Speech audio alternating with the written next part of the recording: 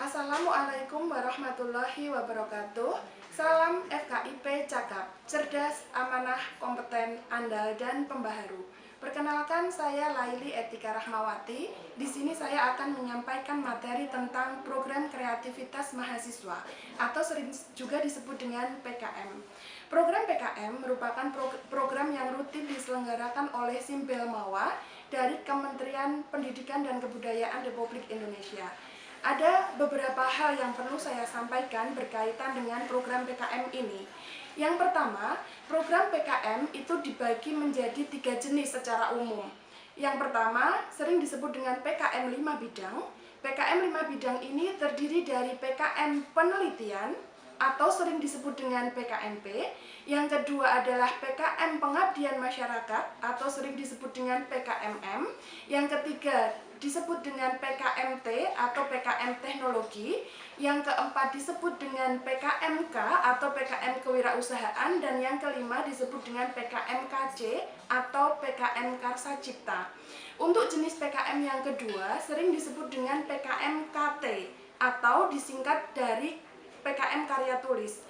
Untuk PKM Karya Tulis ini terdiri dari 2 jenis PKM, yaitu PKM AI atau artikel ilmiah dan PKM GT atau gagasan tertulis.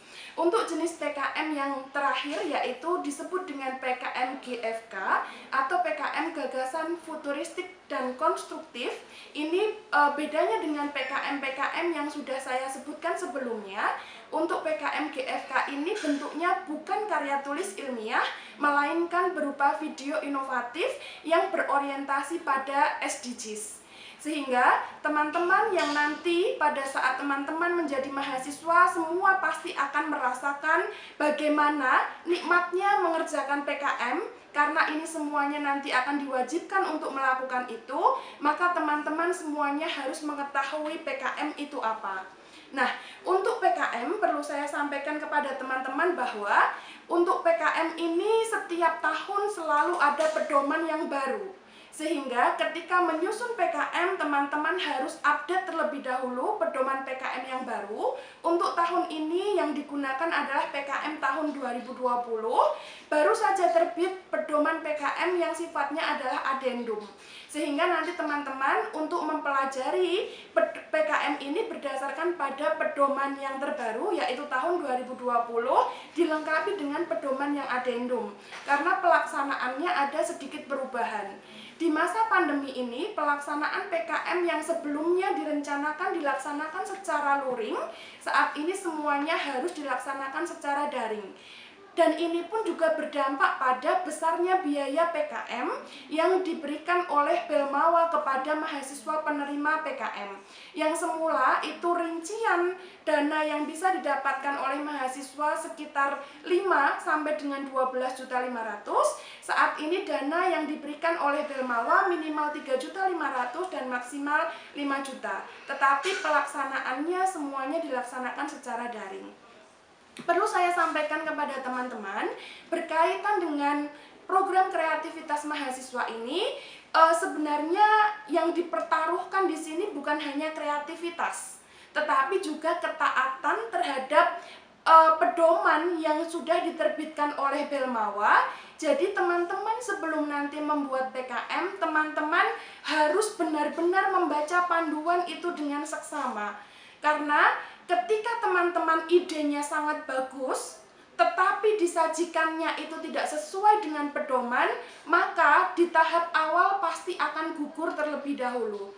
Sehingga misalnya saya beri contoh di sini, ada syarat administrasi yang harus dipenuhi oleh mahasiswa yang menulis PKM itu. Misalnya yang pertama, berkaitan dengan pedoman PKM bahwa anggota tim misalnya. Karena PKM ini adalah kerja super tim, bukan superman begitu ya.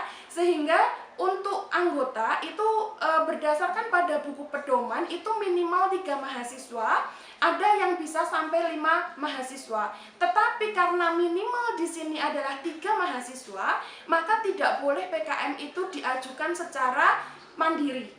Artinya tidak boleh diajukan hanya oleh 1 orang. Harus berkolaborasi dengan teman-teman yang lainnya, dan kolaborasi ini disarankan harus dari minimal atau 2 angkatan yang berbeda. Jadi teman-teman adik-adik mahasiswa baru, ketika teman-teman masuk di sini di tahun 2020, nanti misalnya ada tugas untuk membuat PKM, maka adik-adik harus berkolaborasi dengan kakak kelas untuk mengusulkan PKM itu. Jadi ingat bahwa yang namanya PKM itu adalah kerja super tim, bukan Superman, gitu ya. Terus yang berikutnya, perlu saya sampaikan juga bahwa misalnya ini ada syarat administrasi yang harus dipenuhi, misalnya bahwa di pedoman PKM itu tidak boleh ada bagian halaman sampul. Jadi di pedoman PKM itu disebutkan bahwa bagian paling depan PKM itu adalah halaman daftar isi. Sehingga teman-teman tidak boleh menduga-duga, ini mungkin pedomannya salah. Padahal sebenarnya memang pedoman itu sengaja dibuat dengan bagian paling awal itu adalah bagian halaman daftar isi, bukan halaman sampul. Sehingga jika teman-teman nanti nekat untuk mengunggah PKM yang disertai dengan halaman sampul, pertama kali diseleksi oleh reviewer pasti akan gagal. Karena apa? Tidak taat terhadap panduan PKM. Begitu. Jadi dasarnya jangan patutnya ada covernya. Padahal sebenarnya panduan itu sengaja dibuat memang tanpa cover. Sehingga teman-teman harus taat pada panduan. Itu contohnya. Contoh berikutnya adalah ketika teman-teman mengunggah PKM, ada ketentuan posisi halaman. Misalnya bagian halaman depan itu adalah Romawi kecil di sudut kanan bawah, begitu. Tetapi teman-teman menuliskannya misalnya menggunakan angka Arab di sudut kanan atas.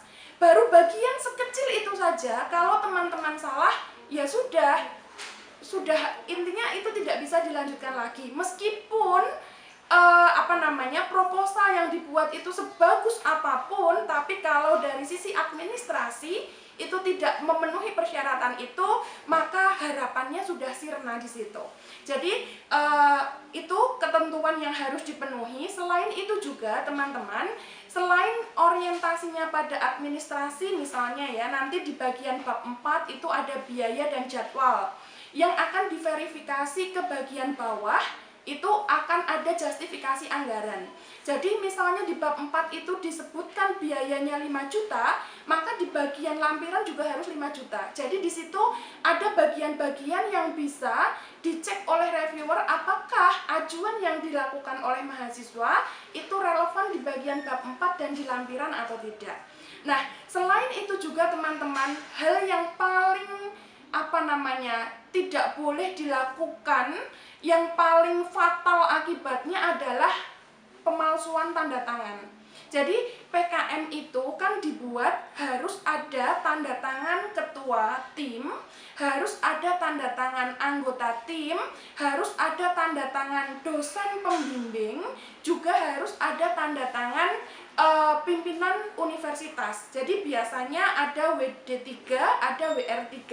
Nah, di sini teman-teman jangan pernah sekali-kali mencoba untuk membuat PKM, bagian-bagian yang harus ditandatangani oleh tim ini menggunakan tanda tangan yang sifatnya tidak asli. Artinya bukan tanda tangan basah tetapi di-scan. Jadi hal ini menyebabkan teman-teman nanti dari sisi administrasi juga kurang begitu. Sehingga pesan dari saya adalah untuk bisa berhasil membuat program kreativitas mahasiswa yang bisa mengantarkan teman-teman nanti ke PIMNAS begitu.